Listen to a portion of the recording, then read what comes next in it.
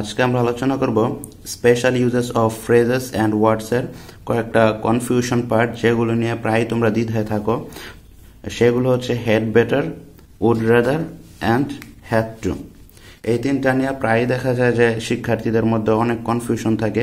তো তারই পরিপ্রেক্ষিতে আজকে আমরা এটার আলোচনা করব। আশা করি তোমরা সকলে ধৈর্য সহকারে ভিডিওটা শেষ পর্যন্ত দেখবে, তাহলে তোমাদের আর এই তিনটা পার্ট নিয়ে আর কোনো সমস্যা থাকবে না। তো চলো ভিডিওটা শুরু করি। তো প্রথমে এখানে দেখা যাচ্ছে হেড বেটার। হেড বেটার আমরা কোন কাজে ব্যবহার করি? হেড বেটার আমরা তখনই ব্যবহার করব যে সময় এখানে থাকবে হচ্ছে গিয়ে অ্যাডভাইস বোঝাবে। হেড বেটার অর্থ হচ্ছে বরং, এবং উড রাদার অর্থ হচ্ছে বরং। তাহলে কিভাবে আমরা বুঝবো যে কোন সময় আমরা হেড বেটার আর কোন সময় উড রাদার বসাবো? তো হেড বেটার এখানে আছে। হেড বেটার বোঝানোর আগে যদি উড রাদারটা বোঝাই তাহলে হেড বেটারটা বুঝতে তোমাদের জন্য সুবিধা হবে। তো এখানে হলো গিয়ে উড রাদার। যে সময় উড রাদার বসাতে হবে সেই সময় আমরা বাক্যে একটা দেন দেখতে পাবো। দেন, THAN, THEN না কিন্তু THAN। এই দেন যে সময় থাকবে বাক্যের মধ্যে সেই সময় আমরা এই উড রাদার বসাবো, অন্যথায় আমরা উড রাদার বসাবো না। উদাহরণ দিয়ে বোঝানো যাক এটা কিভাবে হবে।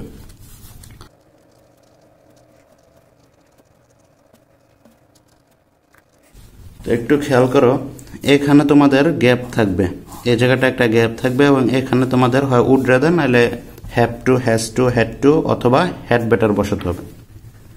তো কিভাবে বুঝবা যে এখানে আমরা হেড বেটার বসাবো? এখানে বলেছিলাম যে একটা দেন থাকতে হবে, বাক্যের মধ্যে একটা দেন থাকবে, বাক্যের মধ্যে বা মাঝে দেন থাকবে।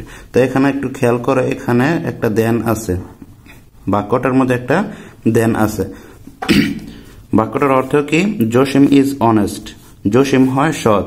হি would rather die than still, সে বরঞ্চ মরে যাবে কিন্তু সে চুরি করবে না।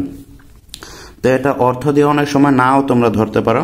তো ওই সময় এখানে দেখবা একটা দেন থাকবে, THAN। এই দেন থাকলে ঠিক সেই সময় তোমরা এখানে উড রাদার বসাবা, অন্যথায় উড রাদার বসাবা না।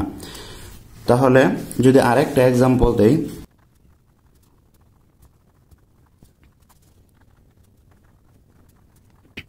এই ফুল স্টপ থেকে এই পর্যন্ত দেখবো আমরা দেন আছে কিনা। এই ঠিক এই জায়গায় একটা দেন আছে, তার মানে এখানে কি বসবে? হেড বেটার নাকি উড রাদার? অবশ্যই তোমরা ধরতে পারছো এখানে হবে উড রাদার, উড রাদার। তো আশা করি তোমরা উড রাদার বিষয়টা বুঝতে পারছো। এবং যে সময় এখানে উড রাদার বসবে না ঠিক ওই সময় হেড বেটারটা আমরা বসিয়ে দেব। তাহলে যেই ক্ষেত্রে দেখবা তোমরা বাক্যের মধ্যে দেন নাই, ওই সময় তোমরা কি করবা? হেড বেটারটা বসাবা। তাহলে হেড বেটার কোন সময় হইব? দেন থাকবে না বাক্যে, অর্থাৎ যে সময় বাক্যে দেন থাকবে না ওই সময় কি হবে? এই হেড বেটারটা বসবে। তাহলে হেড বেটার যদি দুটা উদাহরণ দেই, যেমন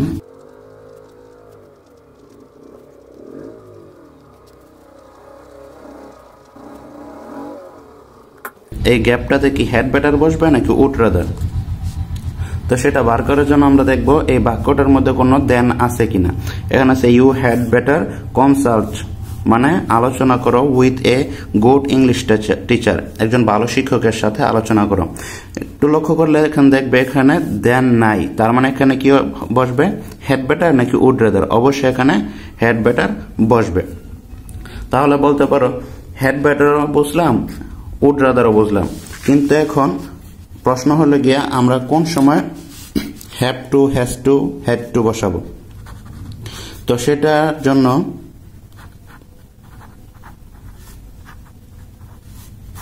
হ্যাভ টু, তো সেটার জন্য কি করতে হবে? যে হ্যাভ টু এই সময় জোর প্রয়োগ করা হবে, জোর প্রয়োগ করা হবে, জোর প্রয়োগ করা হবে। এক নাম্বার এটা খেয়াল রাখতে হবে যে এখানে জোর প্রয়োগ করা হবে।